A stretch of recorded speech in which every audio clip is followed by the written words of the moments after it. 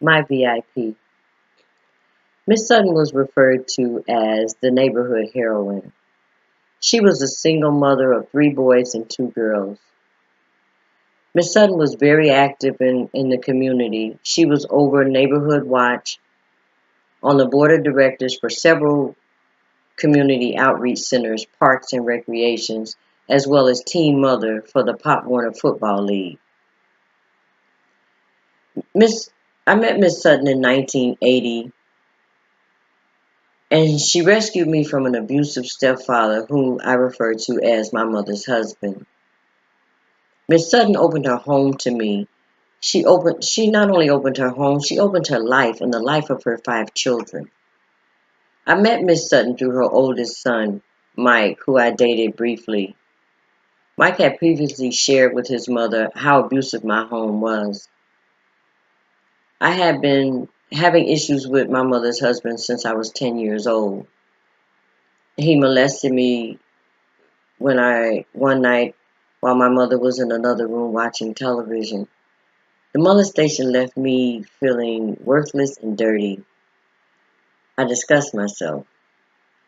I no longer recognized myself. Before the molestation and all the verbal abuse, I had an identity. Even at an early age, I was active in school and community activities. However, when Miss Sutton rescued me, none of that even mattered. I was headed towards a new life and a whole new me.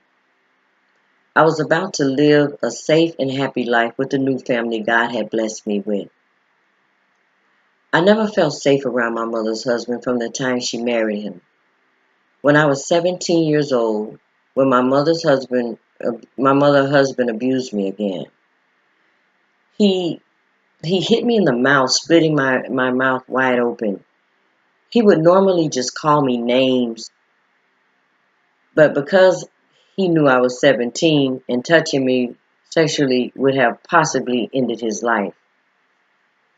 After the physical assault, I called Mike and Miss Sutton, and in 30 minutes, they were both knocking on my mother and her husband's door.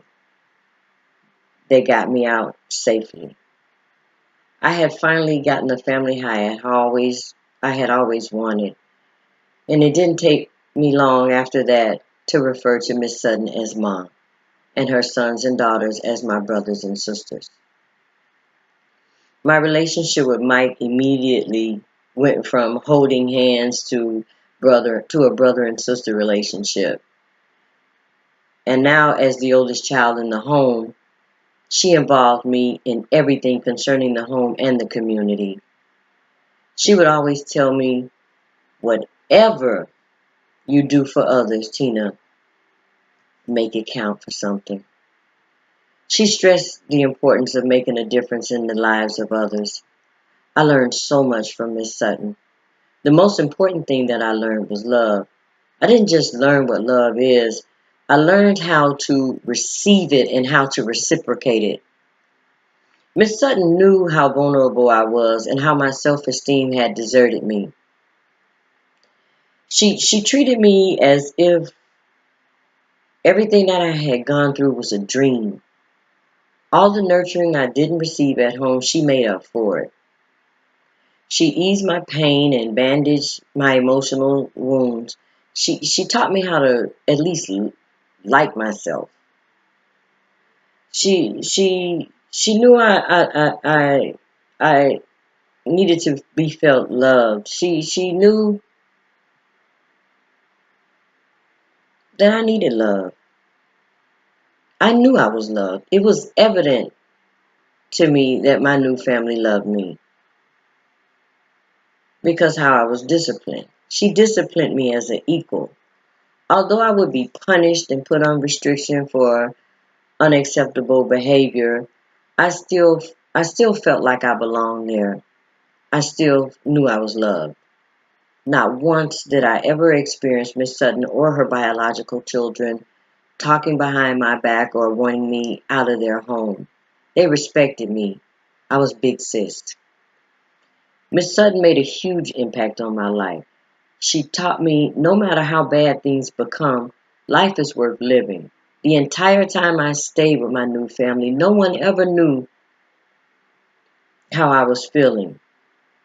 Had I not been picked up the day of my abuse, I would have taken my own life. I was tired. Although Miss Sutton picked me up and dusted me off, she did it all to the glory of God. I believe to this day that God sent Miss Sutton to save my life. She may be my VIP, but all the true glory belongs to my God.